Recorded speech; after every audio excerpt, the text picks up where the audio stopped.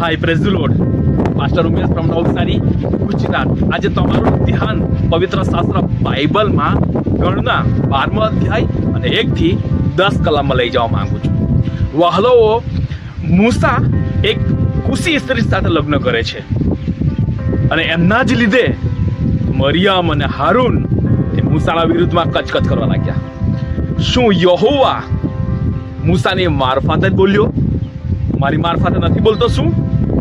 એમ કરીને તેઓ મૂસાના વિરુદ્ધમાં કચકચ કરવા લાગ્યા. અને હારૂન અને મરિયમ જે શબ્દ બોલ્યા હતા એ શબ્દ યહોવાએ સાંભળ્યા. યહોવાનો અવાજ મૂસાની પાસે આવ્યો અને મૂસાને કહ્યું, આજે તમે મરિયમ, હારૂન અમે 3 વ્યક્તિ મુલાકાત મંડપમાં આવો.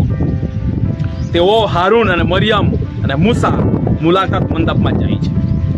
ત્યાં પરમેશ્વર મુલાકાત મંડપમાં ઉતરી આવે છે મેઘ સ્તંભ દ્વારા અને મરિયમ અને હારૂનને કહે છે, તમે કેમ બીધા નહીં મારા સેવક મૂસાના વિરુદ્ધમાં બોલતા? તમને કેમ ડર ન લાગ્યો?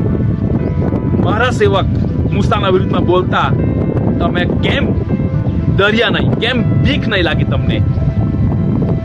વહાલાઓ, મૂસાના વિરુદ્ધમાં એ મરિયમ અને હારૂન કચકચ કરવા લાગ્યા, તેના વિરુદ્ધમાં બોલ્યા અને એ શબ્દ યહોવાએ સાંભળ્યા. અને યહોવાનો કોપ એ મરિયમ ઉપર સળગી ઉઠ્યો અને મરિયમ કોળથી ભરાઈ ગઈ, તે કોળી બની ગઈ. વહાલાઓ, આજે હું તમને એક પડકાર આપવા માંગુ છું.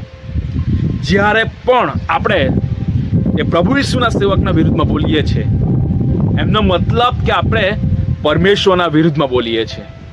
જ્યારે આપણે સેવકના વિરુદ્ધમાં કચકચ કરીએ છીએ, એમનો મતલબ એવો થાય છે કે આપણે જીવતા પ્રભુ ઈસુના વિરુદ્ધમાં કચકચ કરીએ છીએ. વહાલાઓ, જ્યારે મરિયમ અને હારૂને કચકચ કરી, એ મૂસાએ તે શબ્દ નહીં સાંભળ્યા પણ યહોવા સાંભળતો હતો.